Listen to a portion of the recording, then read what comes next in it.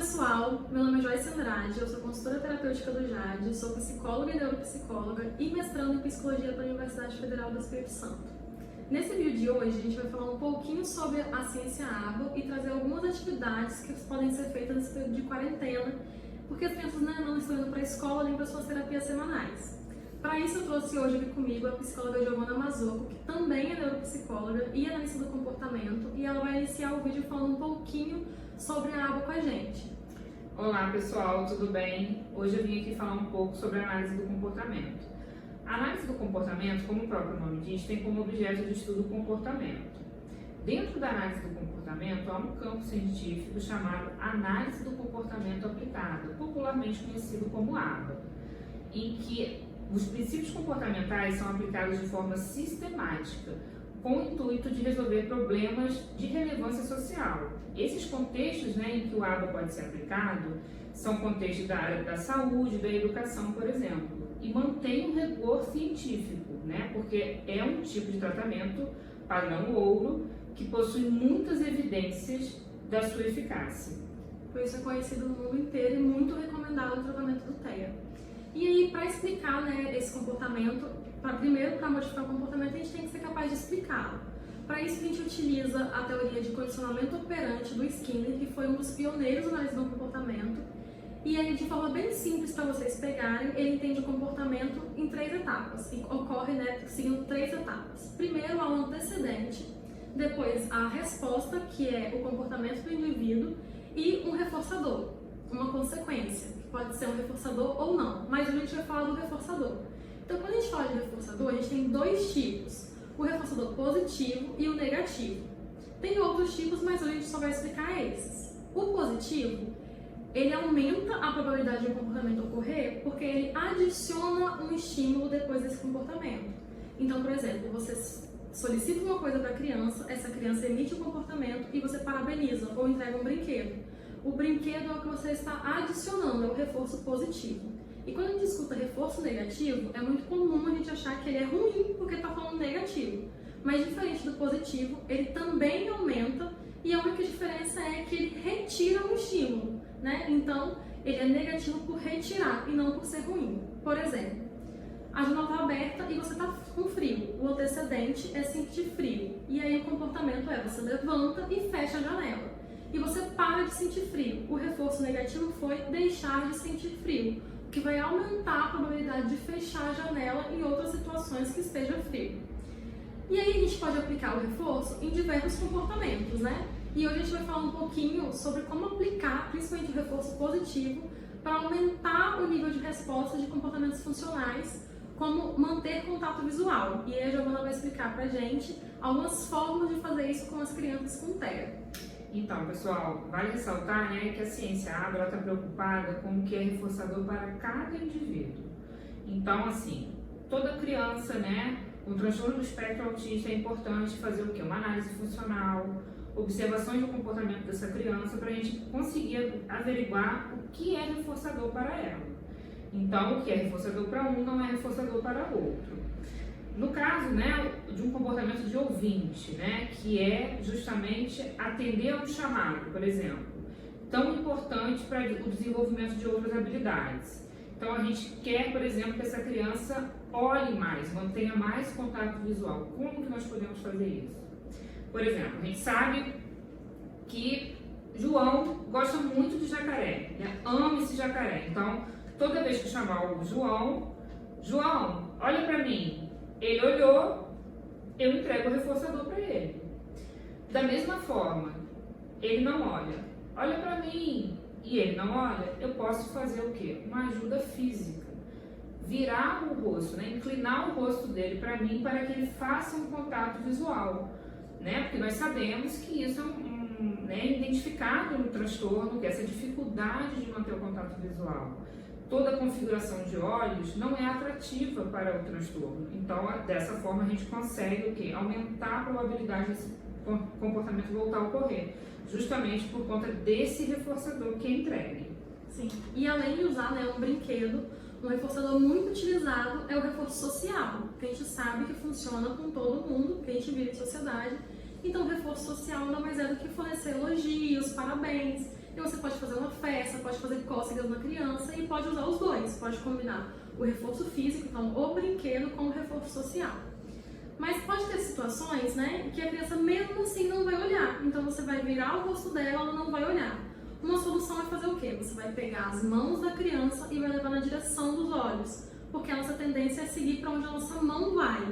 Então você vai pegar as mãos dela, depois de solicitar que ela olhe, e aí é importante que espere um tempo, né, para ver se ela vai responder, não vai fazer logo em seguida. Você vai pegar as mãos dela e vai levar na direção dos seus olhos. Quando ela manter contato visual, você vai dar o reforço social.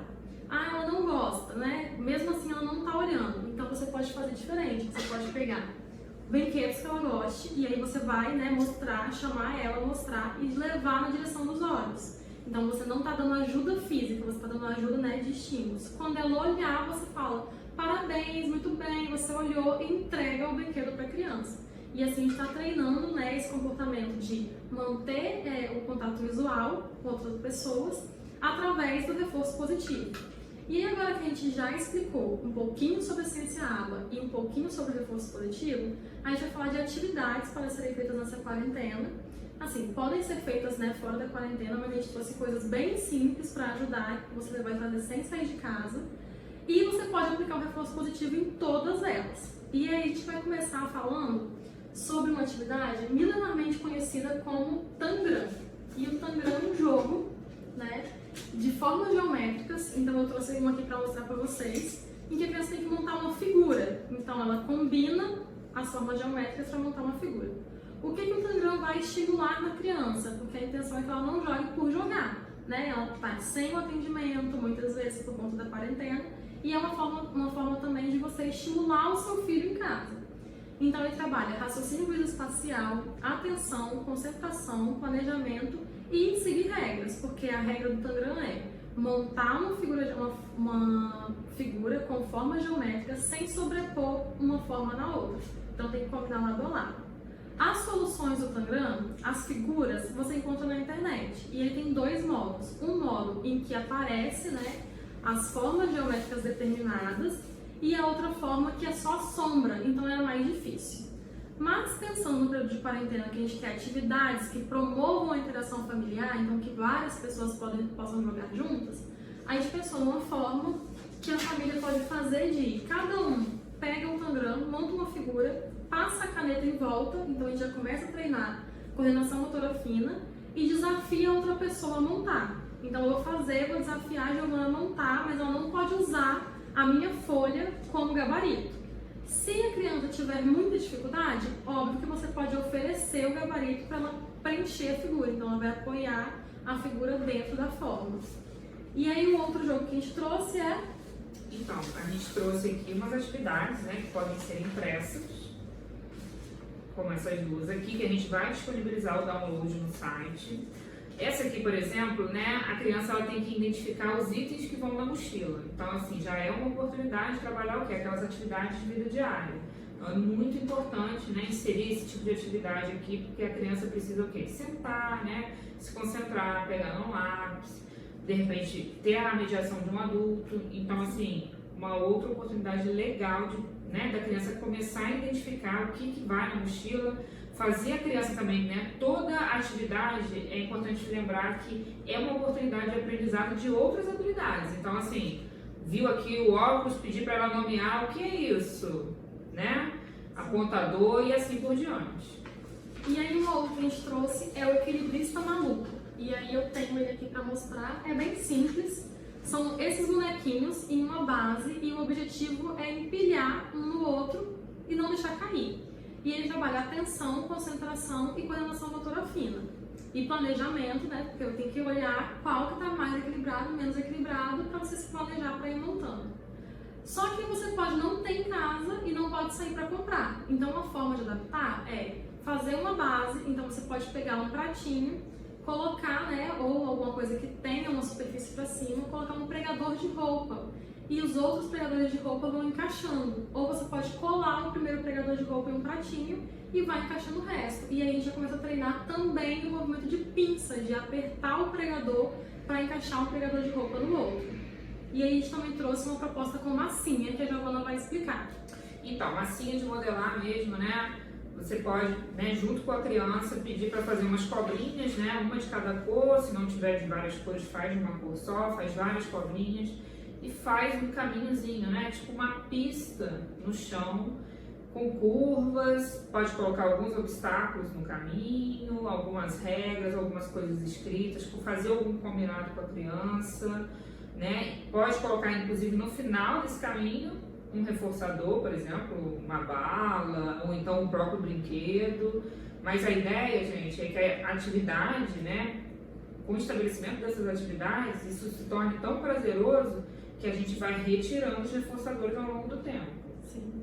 Então, né, a gente pode fazer uma espiral e a gente vai tentar colocar um vídeo aqui de um exemplo de um caminho de massinha para andar com o carrinho. E uma outra atividade que a gente trouxe é uma atividade simbólica, porque a gente sabe que crianças com TEA têm dificuldade em brincadeiras simbólicas, elas têm mais facilidade em brincadeiras com objetos concretos, e como a gente pode começar a treinar e se imaginar, né, esse brincar de faz de conta com as crianças.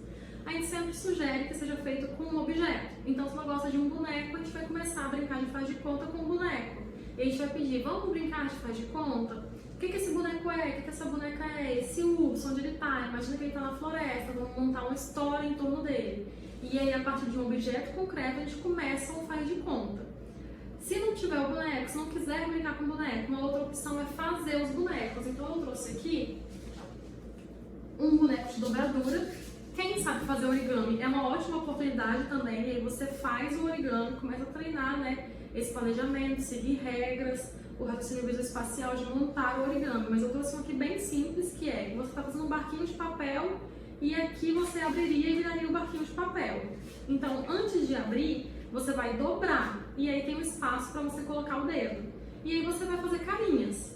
Então, você pode começar a treinar, além, né, desse brincar simbólico, o reconhecimento de expressões faciais.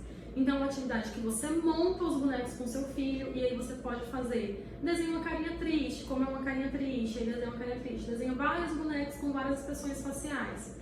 E aí esse eu coloquei olhinhos que vem nessas cartelinhas, né, para ficar mais divertido. Mas você pode usar tinta, pode usar canetinha, purpurina, é realmente uma oportunidade de desenvolver a criatividade. E aí depois você vai colocar a mão aqui junto com ele e vai brincar de fantoche e criar essa história, né, de faz de conta em torno dessa atividade. E aí a gente trouxe atividades bem simples, mas tem um motivo, né? Assim, apesar das atividades, né, que a gente propôs aqui, elas serem extremamente simples, né, são atividades que elas vão ajudar a criança no estabelecimento da habilidade, por exemplo, de brincar independente, né, que nada mais é do que explorar, né, um brinquedo, se engajar numa atividade, e é uma habilidade importante para a aquisição de outras habilidades, né, inclusive do brincar social, né, do brincar em grupo, de estar em grupo com outras crianças. Então, porque assim, a quarentena, né, a criança vai estar muito tempo dentro de casa, então assim, é comum que, né, todas as crianças vão apresentar o quê? Comportamentos que são motivados pelo ócio, pelo desejo de atenção. Então assim, esse tipo de atividade vai favorecer o quê?